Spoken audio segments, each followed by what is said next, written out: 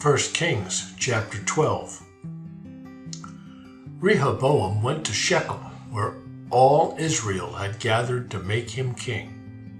When Jeroboam, son of Nebat, heard of this, he returned from Egypt, for he had fled to Egypt to escape from King Solomon. The leaders of Israel summoned him, and Jeroboam and the whole assembly of Israel went to speak with Rehoboam. "Your father was a hard master," they said. "Lighten the harsh labor demands and heavy taxes that your father imposed on us. Then we will be your loyal subjects." Rehoboam replied, "Give me 3 days to think this over, then come back for my answer." So the people went away. Then King Rehoboam discussed this matter with the older men who had counseled his father Solomon. "What is your advice?" he asked. "How should I answer these people?" The older counselors replied, "If you are willing to be a servant to these people today and give them a favorable answer, they will always be your loyal subjects." But Rehoboam rejected the advice of the older men and instead asked the opinion of the young men who had grown up with him and were now his advisors. "What is your advice?" he asked them. "How should I answer these people who want me to lighten the burdens imposed by my father?" The young men replied, "This is what you should tell those complainers who want a lighter burden. My little finger is thicker than my father's waist. Yes, my father laid heavy burdens on you, but I'm going to make them even heavier. My father beat you with whips, but I will beat you with scorpions." 3 days later, Jeroboam and all the people returned to hear Rehoboam's decision, just as the king had ordered. But Rehoboam spoke harshly to the people, for he rejected the advice of the older counselors and followed the counsel of his younger advisors. He told the people, "My father laid heavy burdens on you, but I'm going to make them even heavier. My father beat you with whips, but I will beat you with scorpions." So the king paid no attention to the people. This turn of events was the will of the Lord, for it fulfilled the Lord's message to Jeroboam, son of Nebat, through the prophet Ahijah from Shiloh. When all Israel realized that the king had refused to listen to them, they responded, "Down with the dynasty of David. We have no interest in the son of Jesse. Back to your homes, O Israel. Look out for your own house, O David." So the people of Israel returned home, but Rehoboam continued to rule over the Israelites who lived in the towns of Judah. King Rehoboam sent Adoniram, who was in charge of forced labor, to restore order. But the people of Israel stoned him to death. When this news reached King Rehoboam, he quickly jumped into his chariot and fled to Jerusalem. And to this day, the northern tribes of Israel have refused to be ruled by a descendant of David. When the people of Israel learned of Jeroboam's return from Egypt, they called an assembly and made him king over all Israel. So only the tribe of Judah remained loyal to the family of David.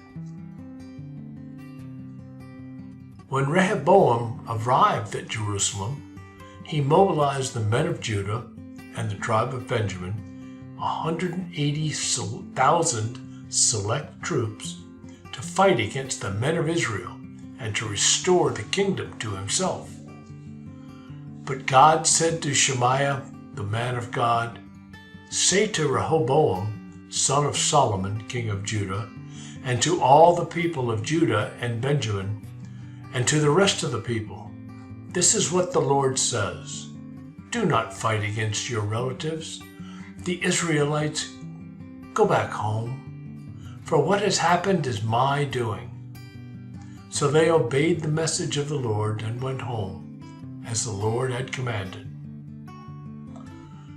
Jeroboam then built up the city of Shechem in the hill country of Ephraim, and it became his capital. Later, he went up and built up the town of Peniel. Jeroboam thought to himself, "Unless I am careful, the kingdom will return to the dynasty of David. When these people go to Jerusalem to offer sacrifices at the temple of the Lord, they will again give their allegiance to King Rehoboam of Judah. They will kill me and make him their king instead." So on the advice of his counselors, the king made 2 gold calves. He said to the people, "It is too much trouble for you to worship in Jerusalem. Look, Israel, these are the gods who brought you out of Egypt." He placed these calf idols in Bethel and in Dan, at either end of his kingdom. But this became a great sin, for the people worshipped the idols, traveling as far north as Dan to worship the one there. Jeroboam also erected buildings at the pagan shrines and ordained priests from the common people, those who were not from the priestly tribe of Levi. And Jeroboam instituted a religious festival in Bethel, held on the 15th day of the 8th month, in imitation of the annual festival of shelters in Judah. There at Bethel he himself offered sacrifices to the calves he had made, and he appointed priests for the pagan shrines he had made.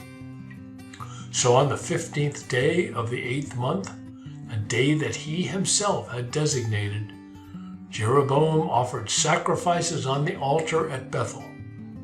He instituted a religious festival for Israel, and he went up to the altar to burn incense.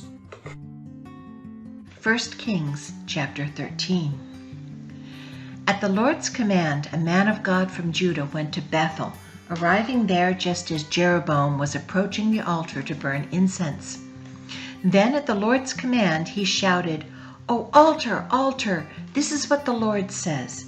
A child named Josiah will be born into the dynasty of David. On you he will sacrifice the priests from the pagan shrines who come here to burn incense, and human bones will be burned on you." That same day the man of God gave a sign to prove his message. He said, "The Lord has promised to give this sign. This altar will split apart, and its ashes will be poured out on the ground." When King Jeroboam heard the man of God speaking against the altar at Bethel, he pointed at him and shouted, "Seize that man!" But instantly the king's hand became paralyzed in that position, and he couldn't pull it back. At the same time, a wide crack appeared in the altar, and the ashes poured out, just as the man of God had predicted in his message from the Lord. The king cried out to the man of God, "Please ask the Lord your God to restore my hand again." So the man of God prayed to the Lord, and the king's hand was restored, and he could move it again. Then the king said to the man of God, "Come to the palace with me and have something to eat, and I will give you a gift." But the man of God said to the king, "Even if you gave me half of everything you own, I would not go with you. I would not eat or drink anything in this place, for the Lord gave me this command: you must not eat or drink anything while you are there, and do not return to Judah by the same way you came." So he left Bethel and went home another way. As it happened, there was an old prophet living in Bethel, and his sons came home and told him what the man of God had done in Bethel that day. They also told their father what the man had said to the king. The old prophet asked them, "Which way did he go?" So they showed their father which road the man of God had taken. "Quick, saddle the donkey," the old man said. So they saddled the donkey for him, and he mounted it. Then he rode after the man of God and found him sitting under a great tree. The old prophet asked him, "Are you the man of God who came from Judah?" "Yes, I am," he replied. Then he said to the man of God, "Come home with me and eat some food." "No, I cannot," he replied.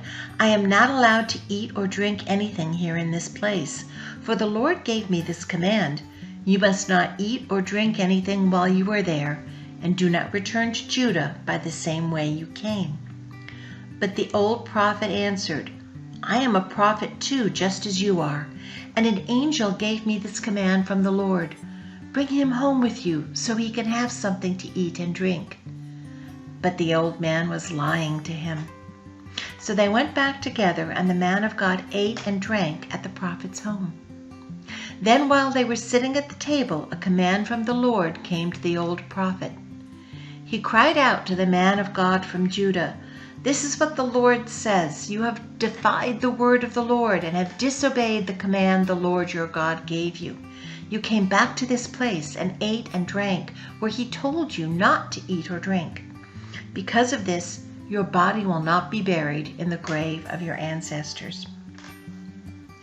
After the man of God had finished eating and drinking, the old prophet saddled his own donkey for him, and the man of God started off again. But as he was traveling along, a lion came out and killed him. His body lay there on the road with the donkey and the lion standing beside it. People who passed by saw the body lying in the road and the lion standing beside it, and they went and reported it in Bethel, where the old prophet lived. When the prophet heard the report, he said, "It is the man of God who disobeyed the Lord's command. The Lord has fulfilled his word by causing the lion to attack and kill him." Then the prophet said to his sons, "Saddle a donkey for me." So they saddled a donkey, and he went out and found the body lying in the road. The donkey and lion were still standing beside it, for the lion had not eaten the body nor attacked the donkey. So the prophet laid the body of the man of God on the donkey and took it back to the town to mourn over him and bury him. He laid the body in his own grave, crying out in grief, "Oh, my brother." Afterward the prophet said to his sons, "When I die, bury me in the grave where the man of God is buried. Lay my bones beside his bones."